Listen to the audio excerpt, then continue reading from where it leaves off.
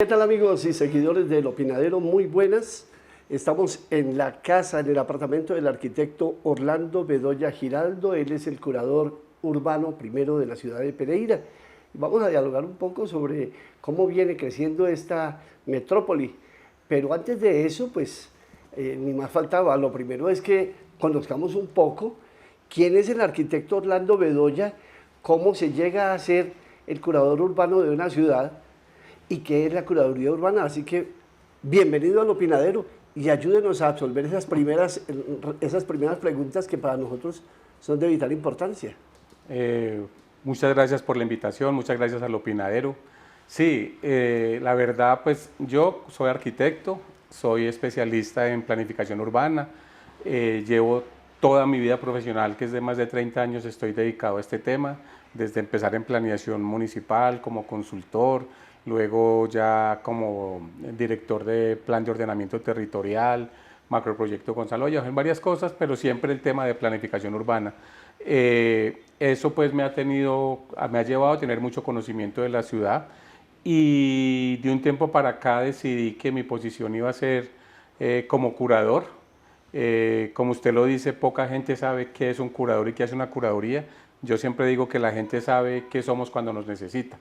De hecho, muchas veces llega a la oficina gente diciendo que si somos la procuraduría, o confunde los términos porque la verdad no nos conocen. El país, el gobierno nacional desde el año 97 definió que el tema del licenciamiento era un tema fundamental para el desarrollo de las ciudades y que requería mucha agilidad.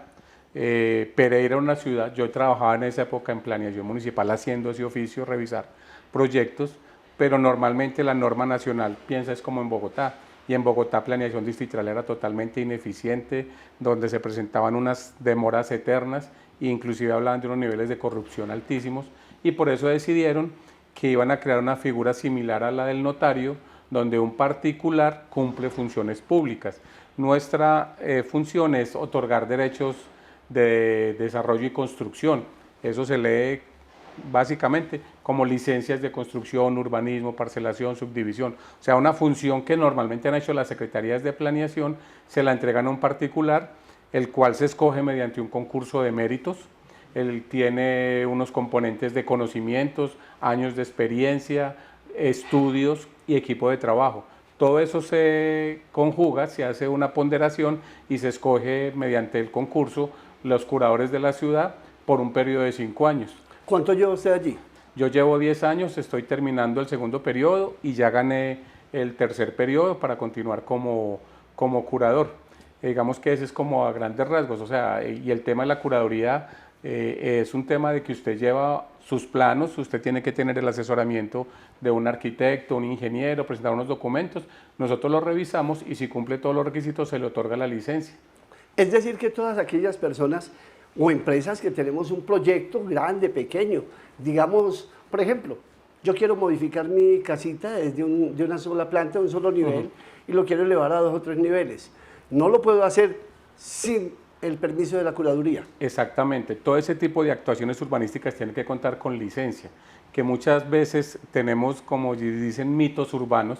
Por ejemplo, como nosotros somos curadores urbanos, la gente piensa que en suelo rural no hay que hacer nada, y es una mentira. Todo el suelo rural que tenga autorización para ser desarrollada debe obtener licencia, que es que como yo tengo la casa, entonces ya la casa es mía y hacerle 2 pisos o 3 pisos es un problema mío. No, usted tiene que contar con el permiso. Eso tiene un sentido muy especial y sobre todo para la zona que estamos, y es seguridad. Las edificaciones tienen que tener las normas de sismoresistencia. Normalmente nosotros confiamos mucho o en gente con experiencia, maestros de obra o arquitectos, ingenieros, tranquilo que yo le hago la obra como es. Pero la certeza usted la tiene es cuando lo lleva a una curaduría. En la curaduría el personal que trabaja es gente con experiencia, con especializaciones. Entonces, sobre todo yo le digo a la gente, puede que la casa sea fea, pero que sea segura, que el día del sismo no falle. Por ejemplo, de los últimos sismos fuertes que hemos tenido, siempre quedó la duda de cuántas casas estuvieron a un segundo de caerse. Bueno, ese plano debe ir firmado, elaborado ¿Por un ingeniero o por un arquitecto? Porque, perdónenme, le hago esta pregunta, pero hay Sí. quienes dicen que si lo hace un ingeniero, muy seguramente va a quedar muy seguro, pero más bien feíto. Y que Exactamente. si lo hace un arquitecto le va a quedar muy bonito, pero no le responde por la... Así es, siempre dicen, si lo hace un arquitecto, se cae, y si lo hace un ingeniero, hay que tumbarlo. Entonces es eso, deben ir los dos, debe ir el arquitecto y el ingeniero, y deben ser profesionales con experiencia, y en el caso del ingeniero, tiene que ser especialista en cálculo estructural o muchos años de experiencia para que realmente el proyecto deba cumplir con la norma de sismo resistencia. En este momento estamos en la norma 2010, ya próximamente vamos a tener otra versión. Entonces, esa es de las partes más importantes de una curaduría, la seguridad. Bueno, entonces tenemos que la persona ya invirtió, Sí. hizo su primera inversión en Ajá. ese ingeniero, ese arquitecto, Sí. para que le hagan los planos. Ahora llega la curaduría. ¿Y cuánto le cuesta ese segundo trámite que es ante un particular, pero avalado por el Estado? No cualquier particular puede ser el curador. Exactamente. Nosotros tenemos, es como digo, esto fue creado en su momento por el gobierno nacional. Ya en este momento nosotros dependemos, digámosle, legalmente del Ministerio de Vivienda y nos regula la Superintendencia de Notariado y Registro. Entonces nuestras tarifas están fijadas por ciudades y por modalidad. O sea, no es lo mismo hacer una casa nueva que agregarle un piso, que modificarla. Entonces eso es una ecuación que nos mandan desde Bogotá y fija los valores. Y influye también el uso que se le va a dar a la construcción y el estrato. Un estrato 1 paga un valor, un estrato 6 paga otro valor. Y vale lo mismo en la curaduría primera que en la segunda. O sea, no vayan allá a decirle al arquitecto Orlando Bedoya, venga, como usted es amigo mío, hágame una rebajita. Eso no es posible. No, eso son tarifas fijas y además nosotros los tiempos y los valores son reglados por la norma nacional. O sea, ahí no está el factor de diferencia. Yo siempre le digo a mi grupo de trabajo es el servicio, es el conocimiento, pero en cuanto a valor y tiempo son reglados y tenemos lo mismo que nos dice el decreto del ministerio. Bueno, después de este preámbulo, hablemos ahora sí de lo que es este desarrollo urbano de la ciudad de Pereira, que algunos lo vemos caótico, otros por el contrario dicen que maravilloso. En este momento estamos en el sector de Pinares, que es hermosísimo, es un lugar, yo diría que pues semejante a otros países ya tal vez del primer mundo, pero no sucede así con toda nuestra ciudad. ¿Cómo ve usted el desarrollo urbano de Pereira? Vea, arranquemos por lo que usted acabó de decir. Yo llevo muchos años trabajando en planeación. Llegó una encuesta de la Organización Mundial de la Salud sobre calidad de vida en las ciudades, con unos criterios mundiales acerca de cómo se mide la calidad de vida. Y por práctica lo hicimos en Pereira, como para saber cuáles podían ser las mejores zonas para vivir en Pereira. Según esa estadística de esto, las medidas que dio Pinares era la peor zona. ¿Cómo le parece? Porque y tan bonita que se ve. Por eso, porque es que son dos conceptos distintos. Un tema es el edificio y la construcción al interior y otra el hábitat. Es la discusión que siempre hay entre casa, vivienda y hábitat. Una cosa es tener un techo, otra cosa tener un hogar y otra tener un medio. Esta zona tiene soluciones individuales muy acordes, pero cuando usted dice, yo necesito que mis hijos estudien en esta zona, ¿es fácil encontrar eso? No. ¿Necesito salud de nivel básico? No, aquí tenemos unos equipamientos de alto nivel. Entonces empieza a haber una discordancia en la ciudad, en el sector donde yo no tengo satisfecho. Por ejemplo, espacio público. En Pinares, ¿usted cuántos parques conoce? El jardín botánico. Por eso, ya le toca No a usted, más. pero no tiene un entorno cercano. Por ejemplo, ahora que se está hablando otra vez de la ciudad de los 15 minutos, hace poco hubo un foro aquí donde un español nos volvió a hablar de ese tema, modelo que está utilizando ahora París y ahora también lo cogió Claudia López en el POT de Bogotá. Nosotros no estamos a 15 minutos del parque del Jardín Botánico, ¿no es cierto?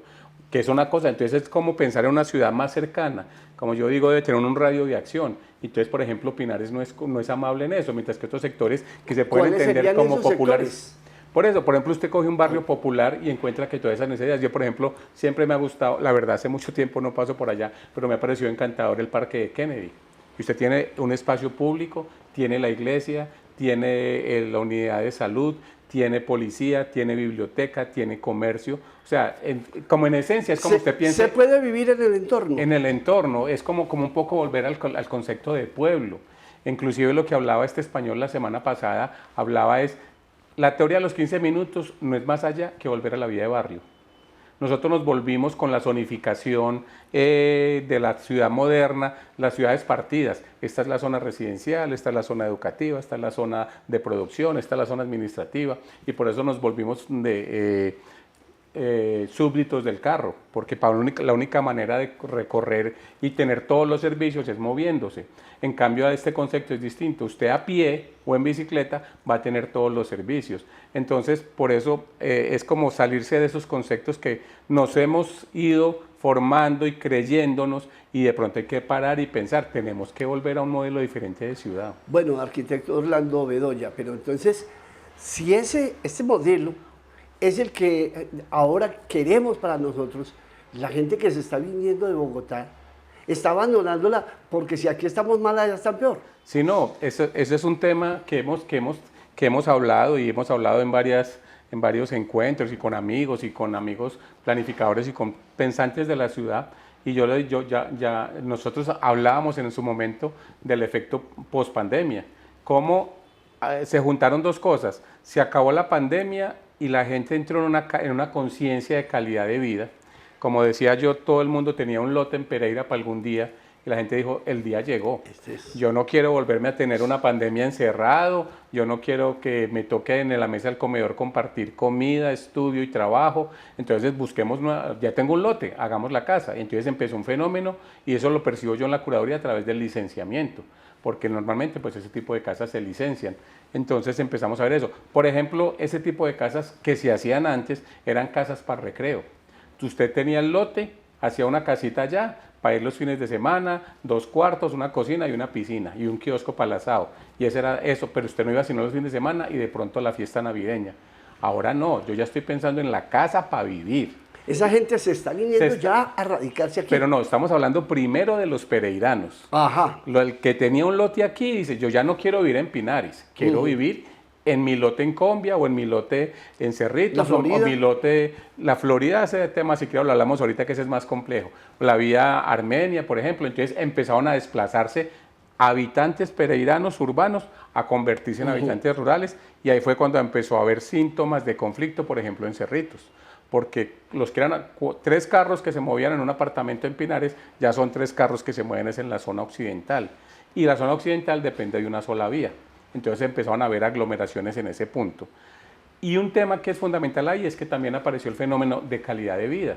O sea, yo soy susceptible a que me dé COVID, me puedo morir mañana y me va a morir esperando que algún día va a vivir bueno. Va a vivir bueno ya. Entonces quiero tener calidad de vida ya. Y esa reflexión es mundial, porque es que esto ha pasado en todas partes. En Estados Unidos se están invadiendo Miami. Miami se volvió la ciudad más costosa porque todo el mundo dijo, me quiero ir a ver a Miami para vivir bueno.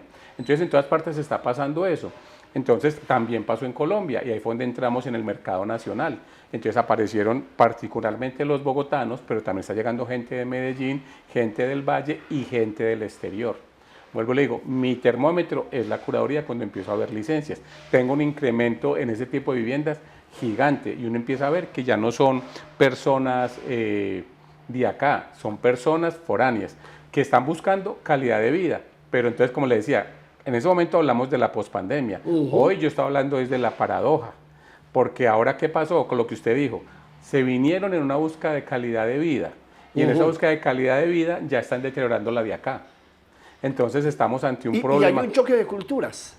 Ese es un tema que pues no es mi especialidad, pero sí lo he leído, y hay algunos que lo han escrito, porque sí tenemos una cultura muy diferente. Nosotros somos una cultura, digamos, más paisa, más abierta, generosos, más amable. Desabrochados. Sí, mientras que el bogotano, sobre todo, que es como el principal que está llegando, viene una cultura un poco más agresivo, el manejo de las filas, un concepto distinto, y digamos que ya se empieza a percibir que no entran tan rápido en nuestra cultura. Empieza a haber acciones en los carros, unas agresiones, o un manejo agresivo que uno dice, pero particularmente mira uno la placa y dice es que no es de aquí, porque si empieza a haber un criterio diferente, y ¿qué diría yo? En estos días hablaba con otro amigo, yo le decía, pues uno espera que con el ejemplo vayan aprendiéndose. De hecho, por ejemplo, Ernesto Zuluaga ahí en el Opinadero escribió sobre, venga, aprendan a decir buenos días, aprendan a decir buenas tardes, acuérdense que estamos en Pereira, aquí no tenemos tantos afanes,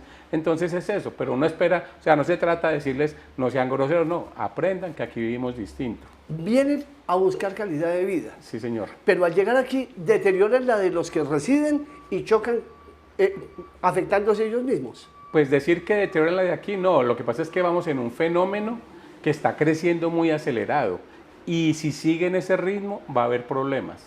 Por ejemplo, ya el sector de Cerritos está más que congestionado, entonces sigue siendo complicado.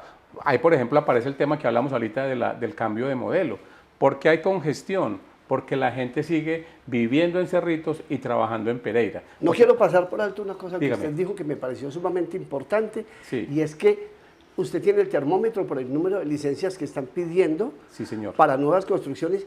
Se nos está llenando esto de gente que tiene poder adquisitivo y entonces los que teníamos, que queríamos comprar, se nos encareció, ya no hay forma de comprar. Uy, ese fenómeno sí que es complejo. Ese fenómeno nos está llevando a eso. El primer síntoma fue en eso, en valor del suelo. Digamos que aquí tradicionalmente ha habido suelo para proyectos suburbanos, pero había proyectos quedados que vendían 1 o 2 lotes. En este momento encontrar un lote en Pereira es muy complicado y cuando el producto escasea, el precio sube. Y para una gente que llega con una capacidad económica superior al promedio de Pereira, si antes un lote valía, va a decir valores sin sentido, 500 millones de pesos, y llega alguien y dice, pago 1.000, los lotes empiezan a valer 1.000. No ese, sino todos. Los demás. Entonces empezó lo que se llama una burbuja, y es que empezaron a incrementarse de manera no normal los valores del suelo. Lo mismo ha pasado con las casas, porque llegan otros a decir, yo no quiero lote, yo quiero de una vez casa, yo me quiero instalar de una vez. Entonces, venga, le compro la casa como está y le pago un valor exagerado. Entonces ha habido una migración de casas. Inclusive empezó a aparecer un fenómeno que también conocí en estos días y es con los arrendamientos. Algunos dicen, yo me quiero ir para Pereira, pero todavía no sé si me voy a quedar o no, entonces venga, yo arriendo. Y entonces empezaron a tener apartamentos en la zona de Pinares, apartamentos de 7 millones de pesos mes. Eso nunca se había visto en Pereira. En Malabar están alquilando casas por metro cuadrado.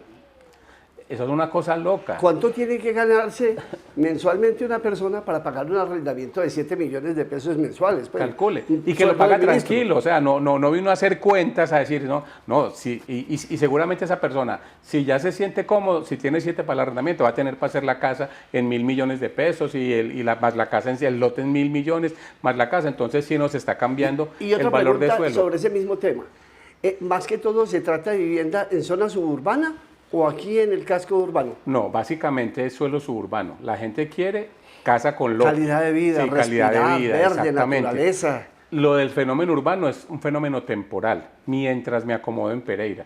Pero básicamente la meta es lograr vivir en suelo suburbano. Pero volviendo al tema de la plata, ese incremento no solamente se está dando en el suelo. Resulta que entonces ya también los restaurantes dicen, venga, aquí ya tenemos gente de otro perfil, entonces, venga, empecemos a subir las tarifas. Y ya la gente está diciendo, venga, me están cobrando como si estuviera en Bogotá, pues que tenemos residentes bogotanos. Entonces, por digo yo, todo lo que nos parecía muy bueno, como digo yo, aquí incluyéndome, estamos en las vacas gloriosas. Yo en este momento estoy feliz licenciando, pero yo soy consciente que en unos años tanta gente va a ser un problema. Y el que más consciente debería ser es el municipio, con el nuevo POT. O sea, el POT pasado Aquí llegamos al mejor punto. Y es, ya nos analizó la situación. Ajá. ¿Dónde está la solución? ¿Qué podemos hacer los pereiranos que ya vemos lo que se está vislumbrando? ¿Cómo podemos entonces enfrentar esta situación y encontrar allí una oportunidad? No, por eso, la verdad, la solución es muy compleja, porque es que estamos atrasados. O sea, la zona suburbana está atrasada en su desarrollo. O sea, la zona suburbana es una zona que se planificó desde el 2000. Pereira ha sido una de las ciudades con más área suburbana del país. De hecho, por eso el POT pasado trató de recortarlo, pero ese recorte llegó tarde. ya estaba todo licenciado. O sea, le quito el concepto de suelo suburbano, pero ya tengo lotes, ya tengo casas. O sea, llegué tarde. Entonces tenemos un suelo suburbano gigante, deficiente en servicios públicos, porque el principio del suburbano es que los servicios públicos son prestados por cada uno. Entonces, Aguas y Aguas ha ido creciendo sus redes. Están los acueductos de Cerritos, está Acuacombia, está lo de Tribunas Córcega, entonces hay servicio. El saneamiento se hace de manera individual mediante pozos que la corporación avala, ¿no es cierto? Entonces es un problema que ya estaba creado. Ahora se disparó la velocidad y no hemos tenido respuesta. Por ejemplo, yo digo, sin saber nada de Hacienda, la captura de predial va a ser lindo, porque hace rato, desde que el alcalde Maya era secretario de Hacienda, puso a Lanco a trabajar ya como catastro multipropósito y lo primero que hizo fue la captura de la desactualización. O sea, aparecían unas mansiones en Cerritos como lote. Ya dijo, no, ya es mansión, paga predial como mansión. Entonces, todo lo que se desatrasa, más todo lo que llega, es que va a llevar a un incremento de predial muy bueno para la ciudad. Pero eso quiere decir que debe revertir.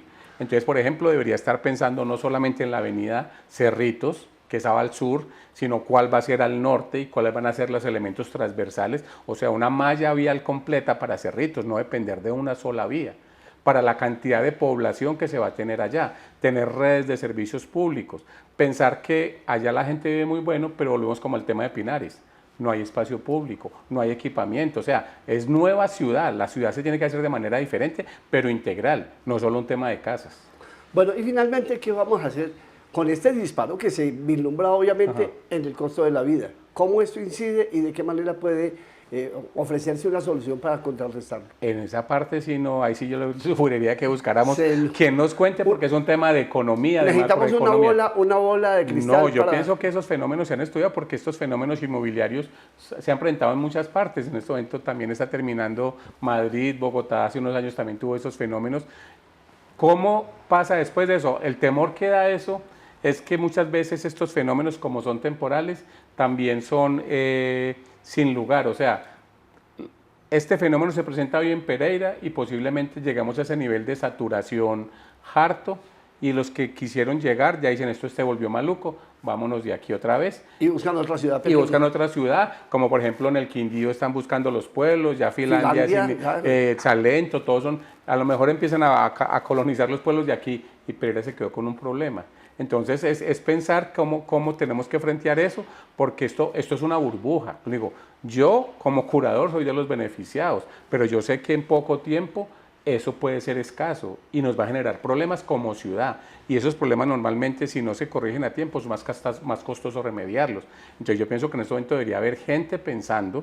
Hemos hecho como las alarmas y yo siempre he estado dispuesto también a meterme en el grupo de discusión, porque esto es un fenómeno que está empezando y estamos en los gozosos. Antes de que lleguemos a los dolorosos, tenemos que tener respuestas. Bueno, temas importantes de ciudad, pero ante todo de prospectiva. Los invitamos pues a seguir siguiéndonos, a seguir acompañándonos en El Opinadero. A usted, arquitecto Orlando Bedoya Giraldo, curador primero de Pereira, muchísimas gracias. No, muchas gracias, muy interesante que llevemos estos temas a la discusión amplia, que todo el mundo dé sus opiniones. Yo creo que una ciudad se hace mejor cuando la gente participa de sus decisiones. Entonces, muchas gracias por la invitación.